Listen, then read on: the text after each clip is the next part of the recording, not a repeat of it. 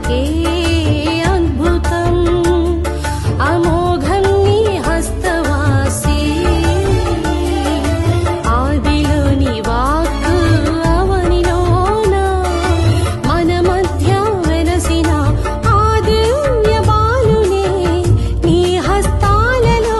ఆ దివ్య బాలునే నీ హస్తాలలో